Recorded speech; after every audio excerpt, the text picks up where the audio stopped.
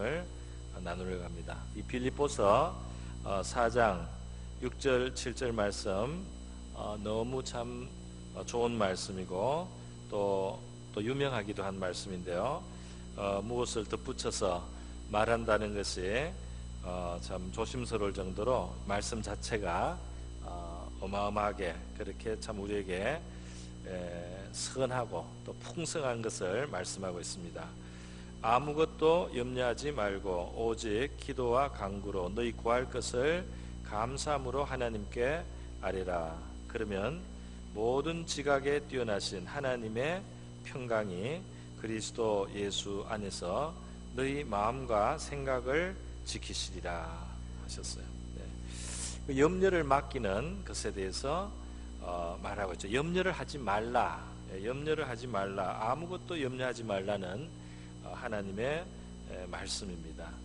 그리고 기도하라는 거죠. 기도하라. 그러면 지각에 뛰어난 모든 사람이 알 수 없는, 그러니까 이해를 넘어서는, 이해를 초월한 하나님의 평강이 그리스도 예수 안에서 너희 마음과 생각을 지키실 것이다. 이렇게 말씀하고 있습니다. 우리 염려를 우리가 지지 말고 어떻게 해야 될까요? 베드로전서 5장 7절에 보면 너희 염려를 다 주께 맡겨라. 이는 그가 너희를 돌보심이라. 그렇게 말씀했습니다. 그러니까 우리가 염려하지 않고 대신 주님께 맡기라고 말씀을 하고 있죠. 주께 염려를 맡기라 이랬는데 옛날 번역에는 더 느낌이 강하게 표현되었습니다. 너희 염려를 다 주께 맡겨 버리라. 그렇게 돼 있어요. 맡겨 버리라. 아주 그냥 쓰레기나 휴지를 내버리듯이 버리라.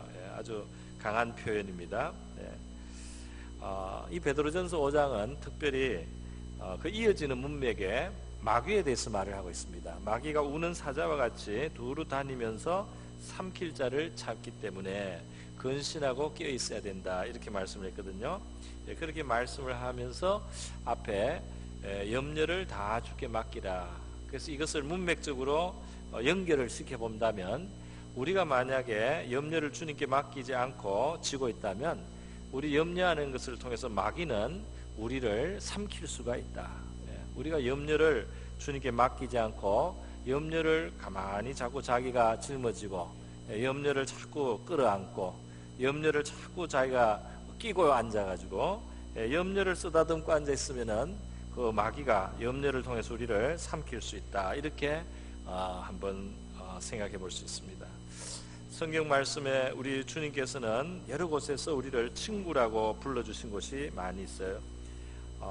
요한복음에서 예수님께서 우리를 친구라고 그렇게 불러주셨습니다.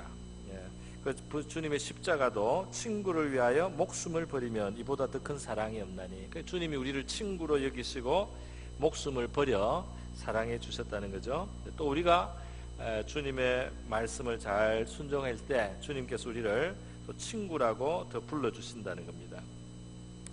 또 우리는 종처럼 취급을 받지 않고 하나님께서 주시는 그런 진리를 예수님이 우리에게 다 친구처럼 그렇게 알려주셨다고 말했어요. 친구 사이에 어려움과 염려를 터놓을 수 있는, 그것을 다 부탁도 할 수 있는 그런 관계라고 할 수 있겠습니다.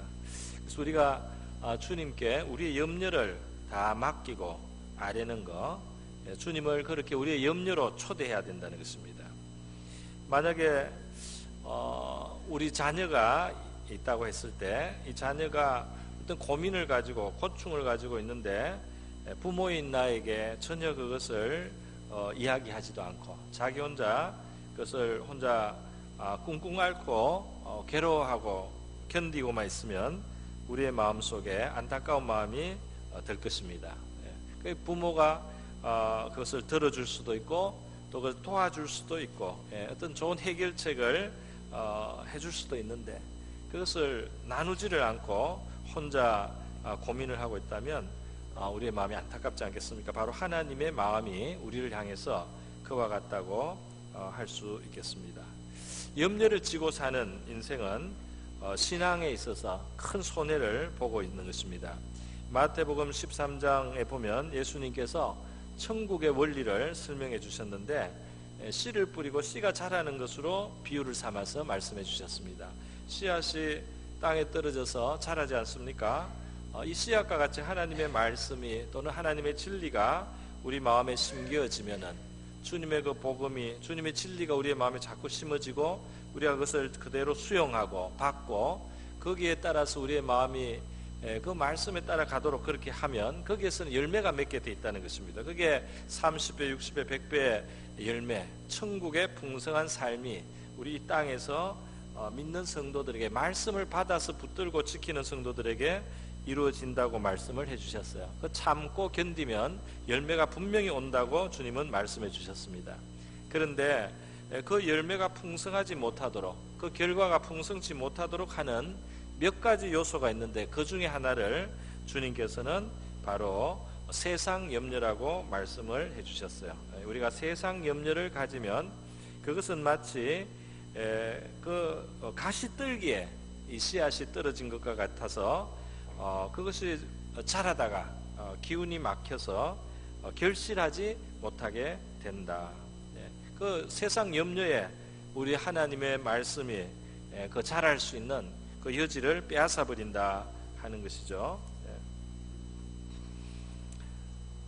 많은 사람들은 자기들이 다 염려를 많이 하고 있고 여러 가지 모양으로 하고 있어요.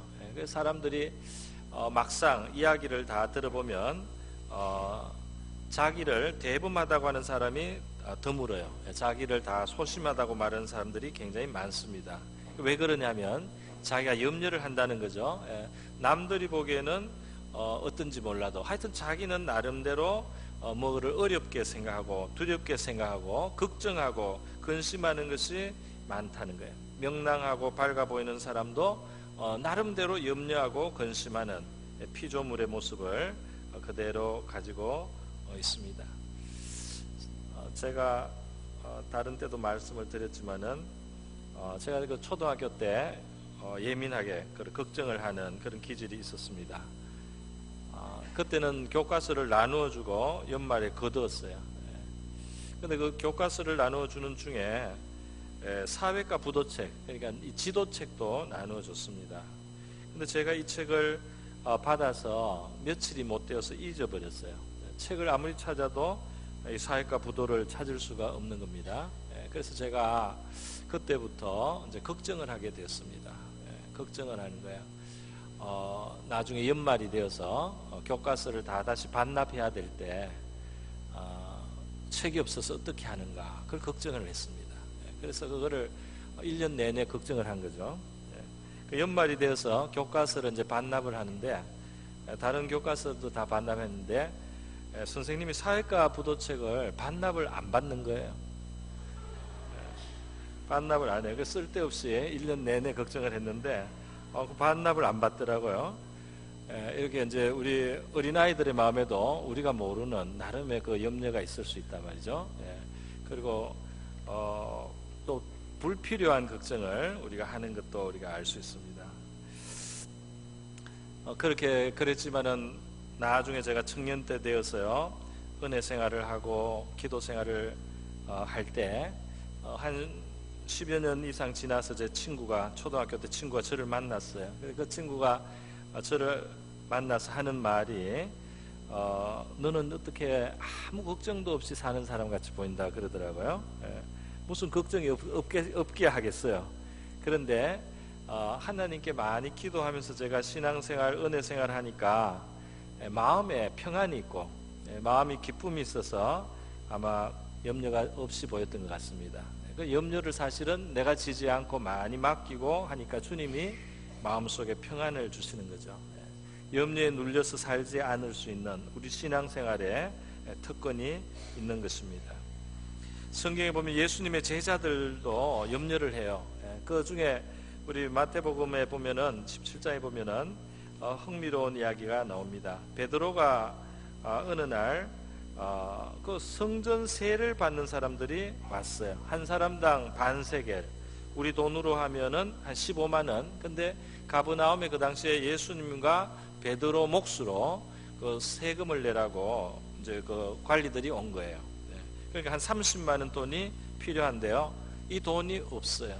나중에 이 돈 때문에 예수님이 나가서 낚시를 해가지고 거기 생선을, 그 물고기를 잡아서 그 입에 있는 동전을 그 맞는 돈, 한 세겔, 두 사람 몫이고 세금, 그 동전이 물고기 입에서 나오면 이제 그걸로 세금을 낼 수 있게 예수님이 그렇게 지시를 해줬습니다.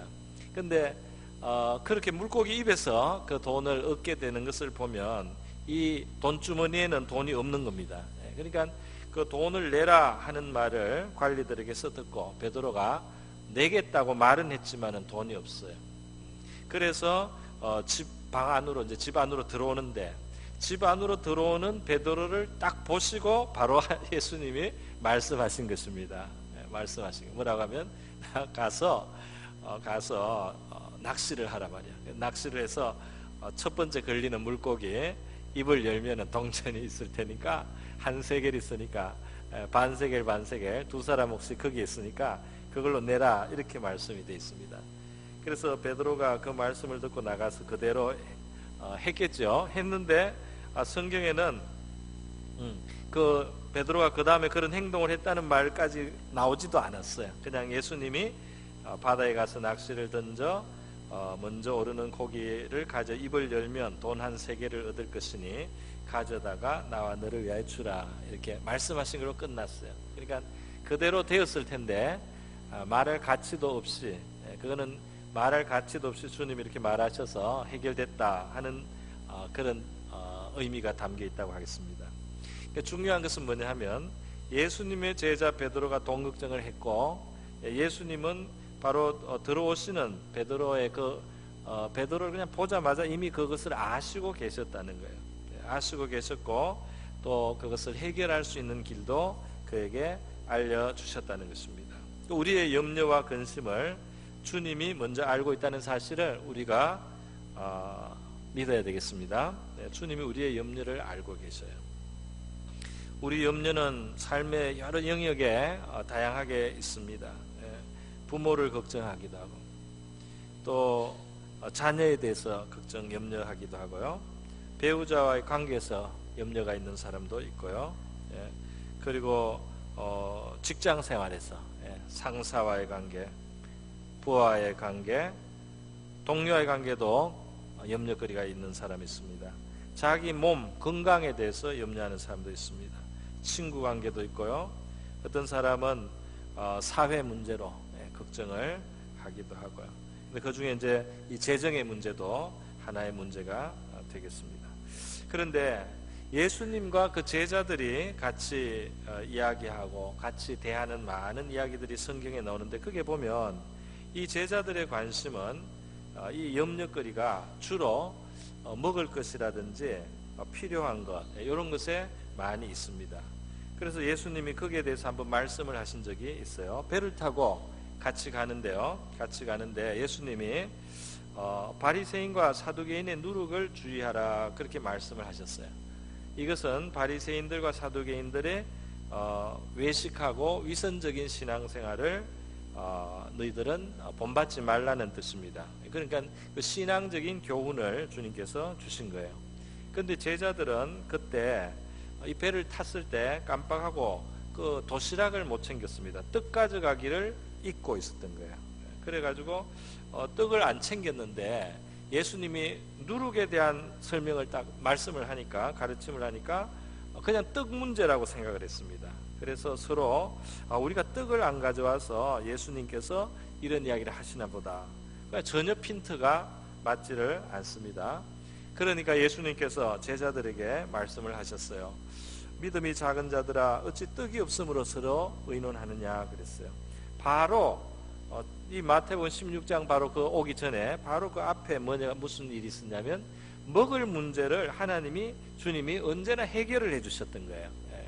많은 무리가 모였는데 먹을 게 없을 때 말이죠. 5,000명이나 남자만 5,000명이 모였는데 예수님께서 떡 5개로 그들이 먹을 수 있도록 그렇게 만들어 주시고, 그리고 여러 바구니에 떡을 거두지 않았느냐. 그리고 그 사건만 있는 것이 아니고 또 얼마 후에 4,000명, 남자만 4,000명, 그리고 다른 여자와 아이들까지 있는 그런 무리에게도 그때는 떡 7개 있었는데 그때도 이 떡으로 결국 먹을 수 있도록 주님이 역사 기적을 베풀어 주시고 또 광주리로 거두게 해 주셨다는 것입니다. 그래서 이렇게 먹을 것에 대해서 내가 해결하고 또 해결해 왔는데 너들은 이 먹을 것 때문에 지금도 걱정하느냐 하고 예수님이 말씀을 해주신 거예요. 그러니까 우리의 지금 염려거리가 뭐냐 말이죠. 내가 무엇을 염려하고 무엇을 걱정하고 있는가 우리 살펴보면은 예수님의 제자들처럼 우리도 일용할 것과 필요한 것과 쓸 것에 대해서 늘 염려를 많이 하고 걱정을 하는 것이 굉장히 닮아 있는 것을 볼 수가 있습니다. 그래서 예수님께서는 마태복음 5장에서 이제 아주 중요한 가르침을 주시면서요, 우리가 목숨을 위해서 무엇을 먹을까, 무엇을 마실까, 몸을 위하여 무엇을 입을까 염려하지 말라는 말씀을 하시는 것입니다. 음식보다 귀한 목숨이 있고 의복보다 귀한 몸을 이미 하나님이 너희들에게 주셨다. 공중의 새를 보라. 심지 않고 거두지 않고 창고에 모아들이지 않지만은 너희 하늘아버지께서 기르시나니 너희는 이것들보다 귀하지 아니하냐. 너희 중에 누가 염려함으로 그 키를 한 자라도 더할 수 있느냐. 또 너희가 어찌 의복을 위하여 염려하느냐. 들의 백합화가 어떻게 자라는가 생각하여 보라. 수고도 아니하고 길쌈도 아니하느니라. 그러나 내가 너에게 말하노니 솔로몬의 모든 영광으로도 입은 것이 이 꽃 하나만 갖지 못하였느니라. 오늘 있다가 내일 아궁이에 던지우는 들풀도 하나님이 이처럼 입히시거든 하물며 너희일까 보냐. 믿음이 작은 자들아. 그러므로 염려하여 이르기를 무엇을 먹을까, 무엇을 마실까, 무엇을 입을까 하지 말라. 이는 다 이방인들이 구하는 것이라. 너희 하늘 아버지께서 이 모든 것이 너희에게 있어야 할 줄을 아시느니라.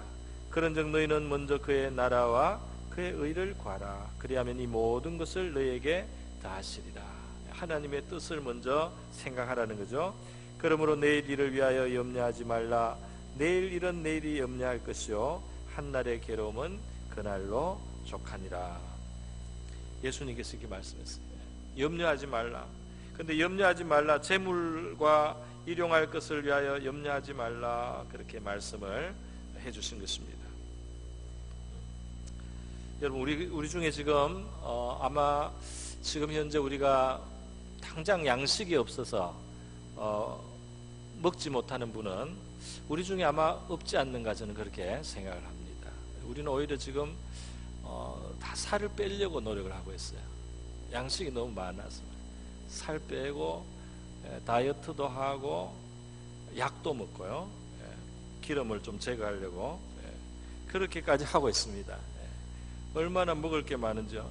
과거에 여러분을 하나님께서 어려운 시절도 있었지만은 풍부하게 공급해 주신 줄로 믿습니다. 그런데도 우리가 계속 염려와 근심을 많이 하는 거예요. 이 염려와 근심은 발전을 하면 낙심이 되기도 하고 또 두려움에 빠져서 정신을 이게 차리지 못할 때도 있습니다. 우리 마태복음 누가복음 8장에 보면요, 예수님과 제자들이 호수를 건너서 가다가 광풍이 불어닥쳐서 배에 물이 막 차는 그런 상태가 되었어요.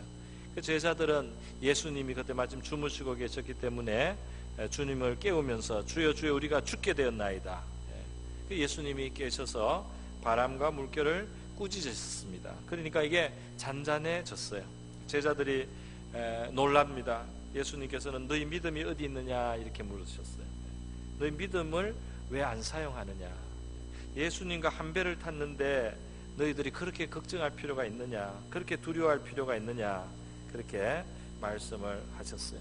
제자들은 이분이 누구시길래 바람과 물을 명함에 순종하는가. 예수님에 대해서 미처 이들이 다 모르고 있는 것처럼 그렇게 말을 하고 있습니다. 맞습니다. 우리가 누구를 믿고 있는지, 누구를 우리의 삶에 주님으로 모셔드렸는지 그거를 우리가 잘 생각을 안 하고 있는 겁니다. 도대체 내가 믿는 예수가 누구시냐 말이죠. 이분이 어떻게 이 환경을 지배하시고 다스릴 수 있고 그 광풍을 미친 듯이 부는 바람과 그 파도를 일시에라도 잔잔하게 할 수 있는 그분을 우리가 따르고 그분을 믿고 그분과 한 배를 타고 있다, 이 사실을 잊어버린 겁니다. 누구와 지금 함께하고 있느냐 말이죠. 우리가 예수님을 인생에 그래서 모셔서 두려워하지 않을 수 있는, 인생의 어떤 풍랑도 두려워하지 않을 수 있기 위해서 우리가 예수님을, 그 풍랑을 다스리시는 주님을 우리 인생에 모셔야 될 줄로 믿어요. 근데 예수님을 모셔놓고도 그분을 바로 생각을 못하네. 그분이 정말 누군지, 어떤 분인지, 어떻게 할 수 있는 분인지를 잊어버리고 잘 몰라서 풍랑이 일면 죽을 것 같은 생각이 드는 그런 우리의 믿음이 이 제자들을 통해서 보이는 것이라고 할 수 있겠습니다. 그래서 성경은 이 주님을 바로 알아야 된다. 주님을 바로 알아야지, 주님을 바로 알아야지 두려워하지 않을 수 있다. 그리고 우리가 낙심하지 말고 우리 하나님을 바라봐야 된다. 살아계신 하나님을 바라봄으로, 그의 도우심을 바라봄으로 우리가 낙심을 벗어나서 하나님을 찬양할 수 있는 마음으로 바뀌게 된다는 것입니다. 여러분, 예수님이 너희 믿음이 어디 있느냐, 너희 믿음이 어디 있느냐, 그렇게 물으시는 거예요. 다시 말해서 믿음을 적용을 하라는 것입니다. 하나님은 아버지, 예수 그리스도는 우리의 주님이십니다. 아버지의 역할, 주님의 역할이 있다 말이죠. 아버지가 계시고 주님이 계신데 우리에게 돌보시는 분이, 우리의 공급자가 계신데 그렇게 혼자 모든 짐을 지고 있는 것처럼 두려워하지 말라는 것이죠. 잠언 4장에 보면 이 세상에 지킬 것이 많지만은 그 중에 우리가 꼭 지켜야 되는 것은 다름이 아니라 바로 우리의 마음이라고 했습니다. 우리의 마음을 지켜야 된다. 생명이 여기서 다 나온다. 우리의 삶이 우리의 마음에서 다 나온다 말이죠. 어려운 처지에서도 마음에 소망을 가지고 용기를 가지고 힘을 가진 사람은 이걸 헤쳐나가는 거예요. 환경이 웬만큼 되는데도 마음이 낙심으로 차 있고 염려에 눌려 있는 사람은 그 해결할 수 있는 그것도 사용하지 못하고 더 어려운 길로 들어갈 수도 있습니다. 우리의 마음을 무엇으로부터 지켜야 될 것인가? 먼저 염려로부터 지켜야 되겠습니다. 내가 염려하지 않기로, 염려를 주님께 맡기고 염려에 내가 눌리지 않기로 결단을 하는 것도 필요한 것이에요. 우리가 염려를 어떻게 주님께 맡깁니까? 기도함으로 맡기는 거죠. 이것은 신자가 꼭 배워야 할 중요한 과목이라고 할 수 있습니다. 신앙의 중요한 과목입니다. 이거는 뭐 그냥 성적 내려고 하는 게 아니고 이래야지 우리가 이 신앙인의 그 복을 누리는 거죠. 신앙을 가진 그 특권이 뭐냐?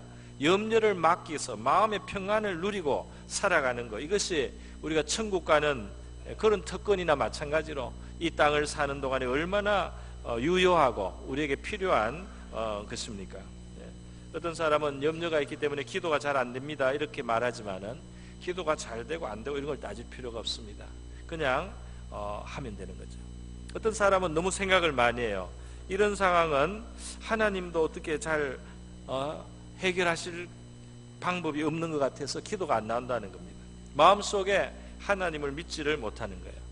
이게 어떻게 해결이 될 수 있겠나 말이지. 이렇게 하면서 구하지를 못하는 겁니다. 그것이 잘못 생각을 하는 거죠. 왜 하나님께도 방법이 없다, 하나님도 어떻게 할 수 없다, 이렇게 우리가 이 제한을 해가지고 하나님 앞에 구하지를 못하는 거예요. 우리가 하나님을 가르쳐야 되겠습니까? 하나님께 이렇게 해야지 해결될 수 있습니다 이렇게 가르쳐 드려야 되는데 내가 길이 안 보이니까 하나님도 못할 거라고 생각합니까? 하나님의 전능하심을 믿고 어떻게 해결하실지는 몰라도 나는 나의 이 염려를 주님 앞에 아뢰고 하나님께 아뢰고 그 도우심을 구하고 맡기는 것으로, 그리고 내가 주님이 그걸 받으신 것을 알고 내 마음에 누리는 이 평강, 이것이 바로 우리 신앙인들이 누릴 수 있는 큰 특권이에요. 그러니까 불신이 있는 겁니다. 불신이 뭐냐면 하나님이 어떻게 할 수 없다 말이죠. 하나님이 그것을 받으시면 우리의 마음속에 평강이 오는데, 오늘 본문 말씀에 보니까 모든 지각에 뛰어난 하나님의 평강이라 그랬어요. 그러니까 이 세상에서 이 환경이 어려운데 저 사람이 그 환경 때문에 막 괴로워하고 막 낙심하고 이러지 않고 그 환경이 굉장히 어려운데 평강을 누리고 있었어요. 이해가 안 된다 이 말입니다. 이해를 초월하는 하나님의 평강이다. 우리가 하나님을 바라보면 하나님은 참 지혜로우시고 선하시고 내가 생각하는 이상의 것들을 아시고 내가 상상할 수 없던 방법으로 뭔가를 행하실 수 있는 그런 하나님이 계시다 말이죠. 그분을 내가 믿고 있다 말이죠. 그분은 선하신 분이라는 거예요. 그거를 믿고 하나님 앞에 하나님을 기쁘게 여기면 그것이 우리에게 힘이 된다고 말씀합니다. 그 하나님을 바라보고 하나님을 기뻐하셔야 돼요. 그리고 우리는 할 일을 하는 거죠. 할 수 있는 범위에서 우리 할 수 있는 거 하고, 그리고 우리가 할 수 없는 그것들에 대해서 하나님께 다 맡기고 아뢰고, 그리고 주의 도우심을 기다리는 겁니다.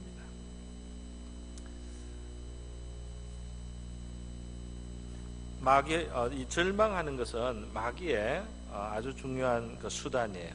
성도들을 무너뜨리고 그리고 하나님께 영광을 돌릴 수 없도록 만드는, 그것은 염려를 주고 염려가 더 키워져서 절망하게 해가지고 사람들로 하여금 그 좋은 기회들을 잃어버리게 만드는, 이것이 마귀의 역사예요. 우리가 이 세상의 그 신문 기사에서 보면 어떨 때 너무나 안타까운 그런 기사가 납니다. 정말 의의가 없기도 하고요. 정말 안타깝습니다. 이전에는 어떤 학생이 늘 학교에서 1등을 하다가 어느 시험에서 2등을 했다고 말이죠. 그래가지고 비관을 했어요. 이 학생이 볼 때는 자기가 앞이 깜깜한 거예요. 우리가 볼 때는 참 말이 안 되지 않습니까? 그 2등을 하면 어떻고 3등을 하면 어떻고 끝에서 1등을 하면 어떻냐. 살 길이 여전히 있을 수 있는데 왜 그 1등을 못했다고 말이지 뛰어내리냐 말이죠. 너무나 안타깝지 않습니까? 우리가 혀를 차면서 안타깝다. 근데 하나님께서 우리를 봤을 때 우리가 염려하고 걱정하고 낙심하고 있는 그 모습이 말이죠, 크게 다르지가 않을 수 있습니다. 하나님이 보실 때는 그 염려할 필요가 없는 것을 염려하고 절망할 필요가 없는데 절망하고 있는 그런 우리 모습이 말이죠, 우리가 볼 때 이 안타까운 학생이나 마찬가지일 수가 있다는 거예요. 있다는 거예요. 이전에 또 우리나라의 유명한 그 카이스트 대학교에 말이죠, 거기에서 이 상위 한 80%인가요? 70% 그 정도만 장학금을 줘요. 그리고 그 뒤에 20, 30%가 장학금을 못 받는 거예요. 그러니까 가난한 이제 배경에서 온 학생들이 공부를 너무 열심히 이제 하지 않을 수가 없습니다. 장학금 못 받을까봐. 근데 어떤 학생이 어떻게 하다 보니까 이 하위로 떨어진 거예요. 장학금을 못 받게 됐어요. 이 학생이 그걸 또 비관한 거예요. 장학금 못 받게 된 거. 이게 또 극단적인 선택을 했습니다. 우리가 볼 때 너무 안타깝습니다. 그 학교 돈이 없어서 만약에 못 다녀서 나와도 또 다른 길이 있을 텐데 말이죠. 왜 거기에서 그렇게 절망을 하느냐 말이지. 전 세계 지금 제일 부자는 컴퓨터 프로그램을 만든 미국의 빌 게이츠 아닙니까? 이 사람이 미국 전체 기부의 40%를 이 사람이 한다고 하네요. 그렇게 돈이 많아요. 이 사람은 하버드 대학교 응용수학과 다니다가 자기가 중퇴했습니다.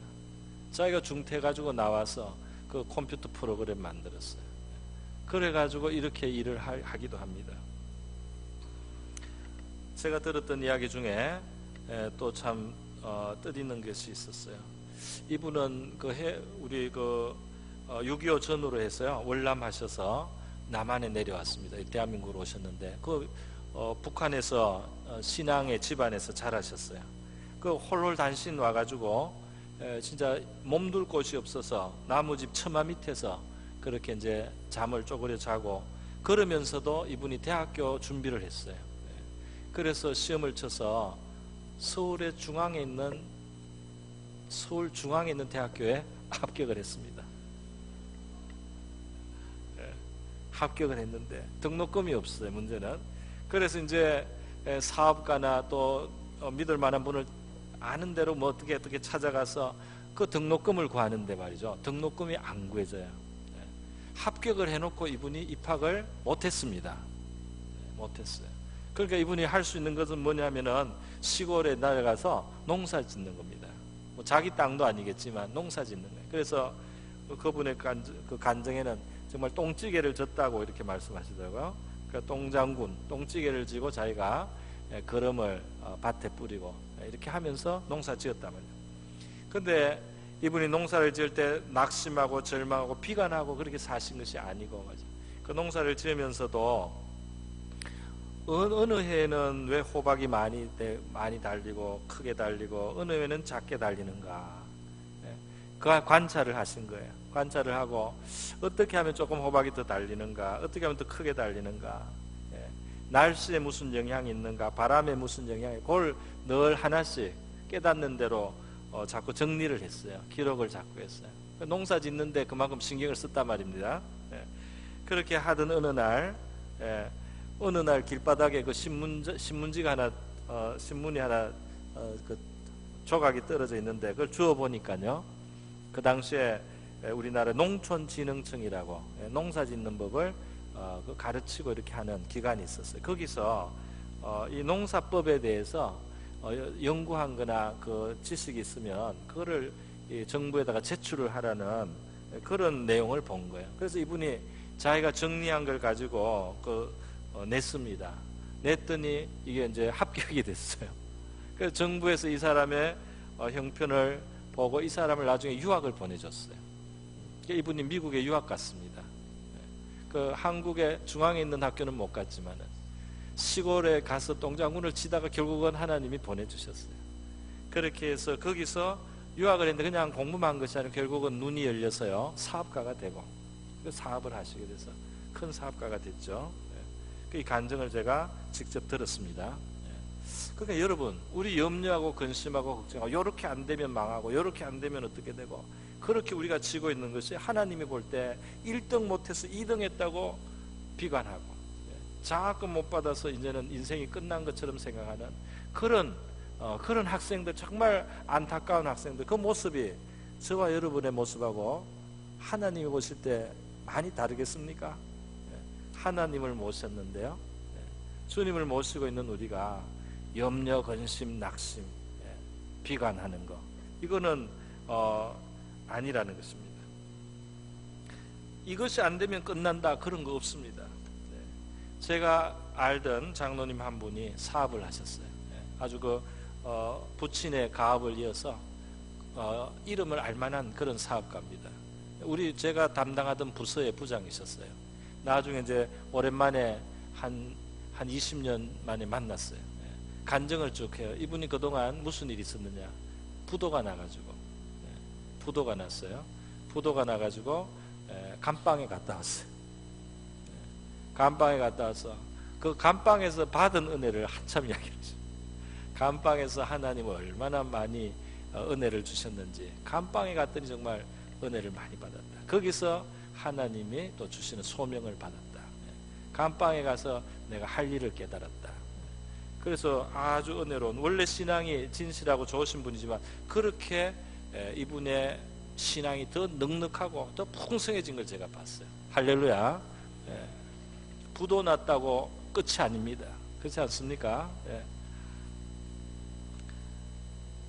여러분, 그래서요, 이 염려거리가 있는 세상 속에서지만 우리가 하나님을 믿고 끝까지 신앙으로 버티면서 이렇게 나갈 때 우리 신앙은 하나님이 기뻐하시고요, 그리고 결국 우리 하나님의 선하심을 우리가 맛보게 될 줄로 믿습니다.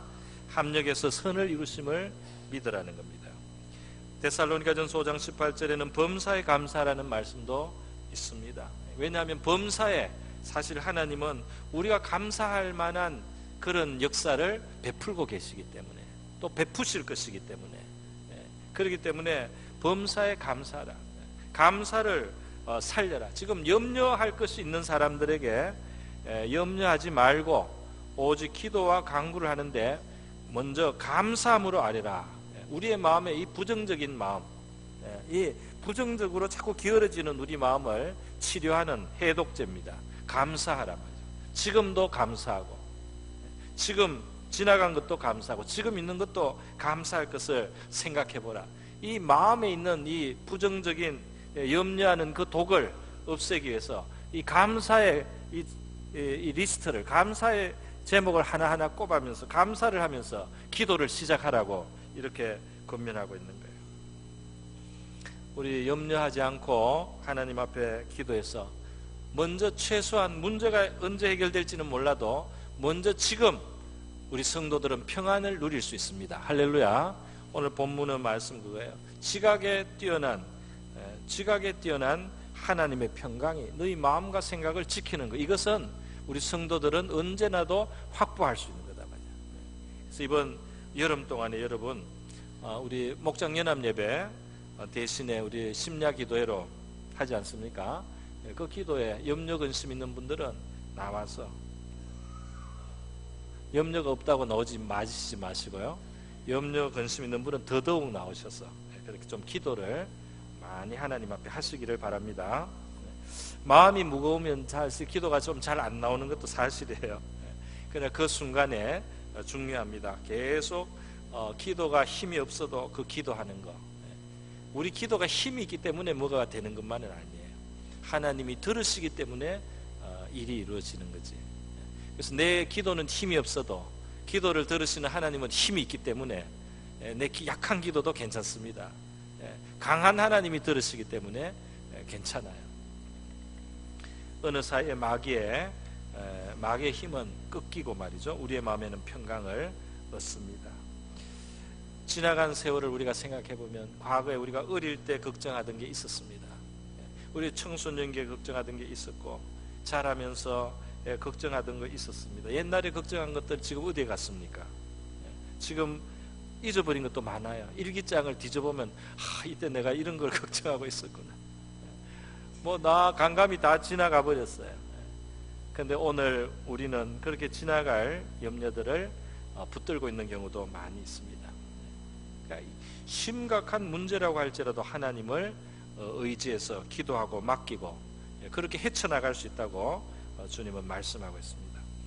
이스라엘 백성들은 하나님이 노예살에서 건져서 말이죠, 젖과 꿀이 흐르는 땅으로 데려가는데 중간에 광야를 지납니다. 그러니까 하나님이 시작하고 하나님이 마무리하실 일이에요. 그 중간에 있습니다.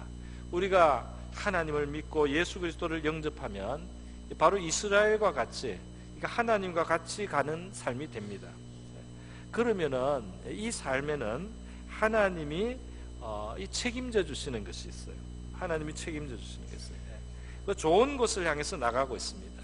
그러니까 꿋꿋하게 필요하면 하나님께 구하고 기다리고 견디고 또 구하고 그렇게 가다 보면 좋은 길로 하나님이 인도해 주셔요. 그런데 이스라엘은 광야에서 끊임없이 절망하고 원망하고 하나님께 대적을 하고 거스리고 이렇게 갔습니다. 그렇게 안 해야 되는데 그 사람이 참 연약한 것이죠. 하나님은 만나를 먹이고 그리고 메추라기도 때로 먹이고 또 물을 내기도 하고 아주 편하고 좋은 길은 아니었지만 그래도 하나님이 그렇게 살아갈 수 있게 해주시고 좋은 곳을 향해서 가고 있었는데 이들이 그 좋은 소망을 바라보고 그런 밝은 마음으로 기대의 마음으로 소망의 마음으로 살지를 못했어요. 그 부족한 것을 너무 바라보고 괴로워하고 탄식했습니다. 우리는 그렇지 않아야 될 줄로 믿습니다. 감사를 먼저 하라 말이에요. 거기에서 만나가 있고 거기서 그래도 물이 나오고 거기서 구름 불기둥으로 인도해 주시고 거기서 발이 부르지 않게 하시고 거기서 의복이 해지지 않게 해주시고 거기서 자녀가 여전히 자라고 있고 말이죠. 그 같이 가고 있는 그 하나님의 백성으로 지금 살아가고 있고 그 미래의 소망이 있지 않습니까? 할렐루야. 예수 안에 있는 사람은 이 땅에서 정말 하나님의 그런 우리가 만약에 순교하고 죽을지라도 소망이 있습니다. 할렐루야. 우리가 죽어도 소망이 있어요. 그런데 예수 안에 있는 구원과 천국은 하나님께서 우리에게 주시는 최종의 참 축복인데요. 그것을 기다리고 있는, 그것을 앞두고 있는 사람들이 너무 하루하루의 염려와 근심에 눌려 있다는 것은 우리가 볼 때 아유 저렇게 걱정할 필요가 없는데 왜 저 학생은 저렇게 안타깝게 말이지 저렇게밖에 못했는가. 그렇게 우리의 모습이 되어서는 안 되겠다는 겁니다. 여러분,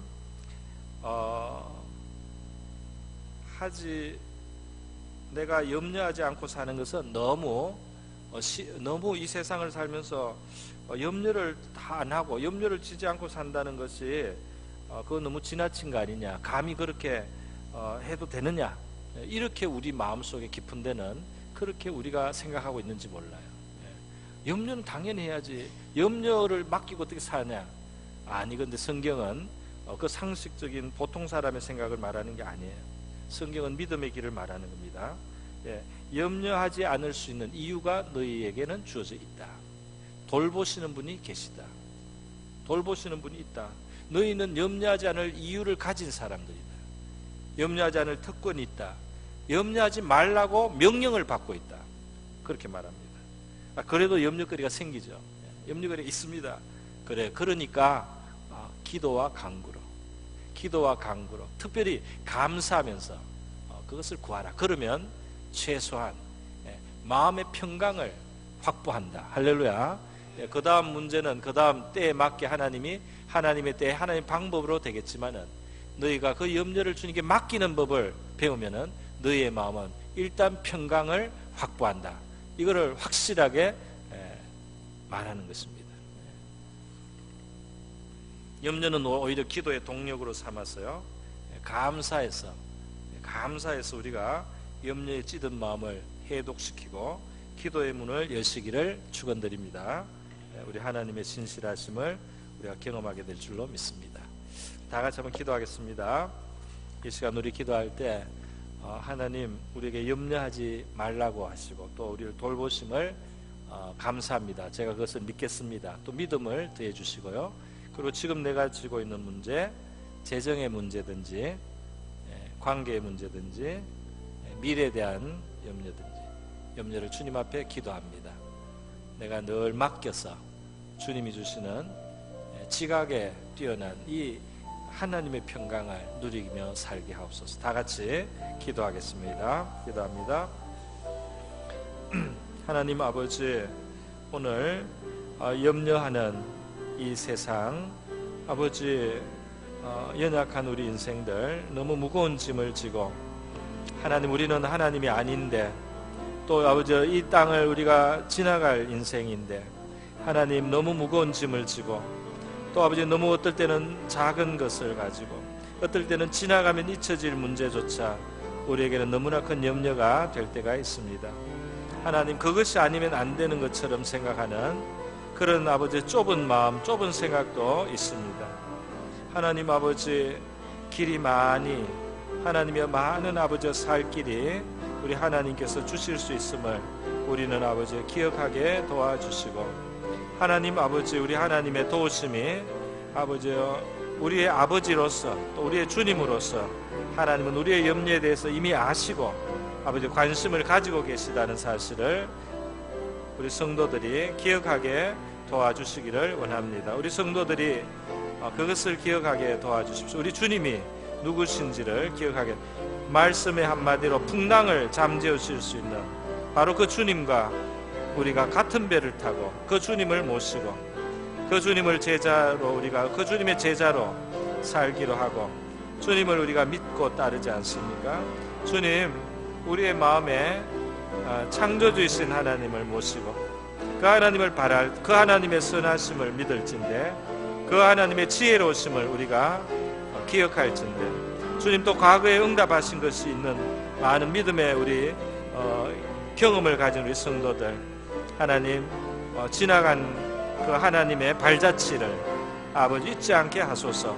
하나님의 성경 역사의 기록에 아버지 남아있는 그대로 하나님은 자신을 의지하고 신뢰하는 자들을, 그들을 부끄러움을 당치 않게 하신다고 하셨습니다. 주님, 때로는 험한 골짝 같고 주님 그렇게 깊은 그런 그늘진 곳 같아도 우리 주님께서 우리의 목자이시며 또 우리의 아버지로서 우리를 지키시고 아버지의 선을 이루시는 줄 믿고 담대하게 하시고 염려하지 않고 기도케 하옵소서. 고모신 하나님 아버지, 우리 염려하며 걱정하며 살아가는 것을 너무나 익숙하게 여기는 이 세상 속에서 우리도 그러한 걱정거리를 안고 있지만은 우리 하나님께서 우리에게 천국 열매를 맺는 백성으로 살아가시라고 불러주셨고, 또 염려를 맡기고 기도로 감사함으로 아뢰면서 우리의 마음에 주는 평강을 누리라고 말씀하셨사오니, 이 말씀을 오늘 받고 이 말씀을 붙들고 이 말씀대로 되는 우리의 삶이 되게 하여 주시옵소서. 고마우신 예수님의 귀하신 이름으로 기도드립니다.